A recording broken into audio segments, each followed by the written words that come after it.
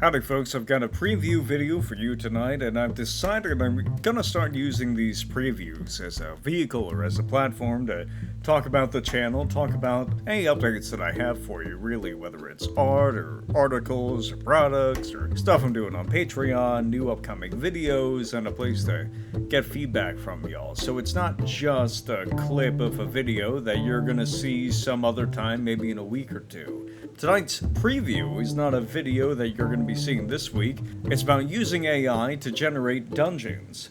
This week I actually have a different video, a short one on the one D&D Ranger specifically. It's not even a review of the Ranger, though if you guys want that, do let me know in the comments. It's about a design problem that WotC has continued to indulge in and hasn't really, for whatever reason, fixed itself since. But we're going to get into more detail on that later. For now, here's your preview video, and I hope to see you folks soon.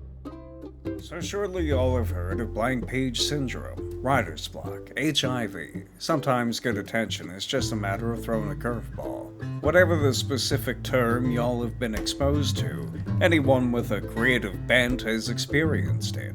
But I'm gonna plus your definition, get a bit of galaxy brain going. Blank page syndrome is when the lack of production in whatever medium you can currently see or access plays an active competitive role in your head and exists opposed to the material you would otherwise happily scribble down and iterate on. In other words, blank page syndrome is unrealized space actively choking out whatever might otherwise try to fill it.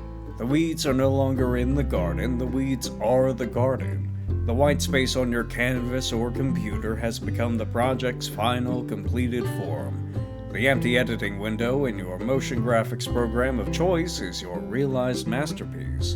The longer you stare at a blank page, the longer it eats up the words in your head. You become stuck in a feedback loop where the longer you go without being productive, the less capacity you have to be productive. Lucky for us, there's a cure to break this creativity-eating cycle, and it's as easy as rolling a die or looking something up on Google. Prompts are this cure, but I want to get into a brief discussion of what prompts are not. Their utility has to be actively defended against misinterpretation, so I'll be taking up my post now. Y'all may have heard the phrase, creativity is made by constraints. This is a popular phrase, repeated ad nauseum by folks who've never done anything creative in their entire lives, but love inflicting needless roadblocks and restrictions for other folks to stumble through. For those of us not following our socialized urge to maximize human suffering wherever we can, it's important to know where this phrase comes from. Like most common wisdom, it's a bit of real golden knowledge bastardized and ruined by attempts to explain it to the common folk. Constraints do not generate creativity.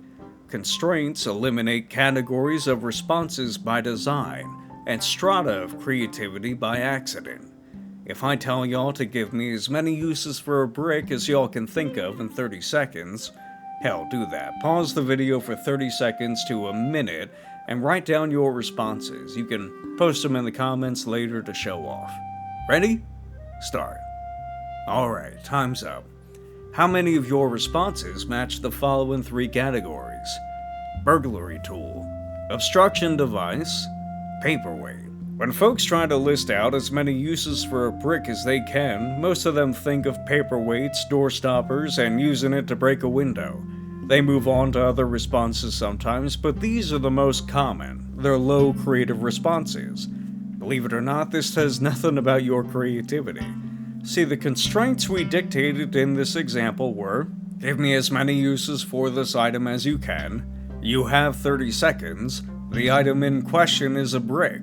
Notice the constraints here did not turn any of you into brilliant engineers or architects. It did not open technological wonders or advancements in science, though, believe it or not, inventing the experiment did. The constraints on the experiment leveled the creative playing field, forced you to give responses anyone would have given with a few outliers. The constraint wiped out creative responses more dynamic household objects would have produced. The experiment is to test one aspect of creativity called fluency. That detail's not actually relevant here, but it's insurance against a specific comment I'm expecting. The reason I go into such detail exposing what a prompt is not is to keep folks from having their healthy desire for creativity used against them. A prompt's first purpose is to inspire. The goal is to produce a reaction from the creator in question. If the creator follows the prompt, they have a beachhead into the blank space choking them out. If they think the prompt is stupid, they still have a beachhead. They just need to express their reaction by writing it down or engaging in creative production. Prompts are a naturally dynamic foundation for creative production. Y'all can even think of the difference between prompts and constraints as being the difference between the responses each one produces. Now, how on earth does this relate to Dungeon? See, Gygax provided us with an entire appendix's worth of tables one could use to generate a dungeon and its contents back in AD&D. Gygax understood that staring at a blank piece of graph paper was not the most productive use of your time. He also knew the dungeons you did manage to generate ex nihilo would be inferior, would miss some elements critical to a veritable delve into the underworld. With experience comes a greater defense against blank page syndrome, and a greater ability to generate new dungeons all on your lonesome. Even still, nothing will get you designing faster than rolling on these tables, designing for or against the results, and populating your dungeon accordingly. Now here's where chatbots like GPT-3 and image AI like Midjourney come in.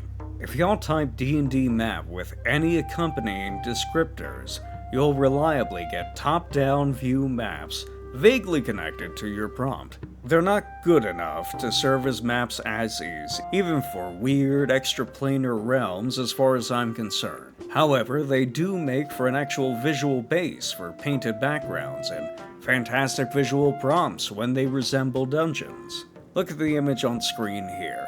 You can see exactly where you'd place walls, secret doors, treasure rooms, traps and ambushes, environmental hazards. This might as well be a ready-made blueprint to a dungeon. All it took was typing in some prompts and rolling some dice. We can even spruce it up with some simple software.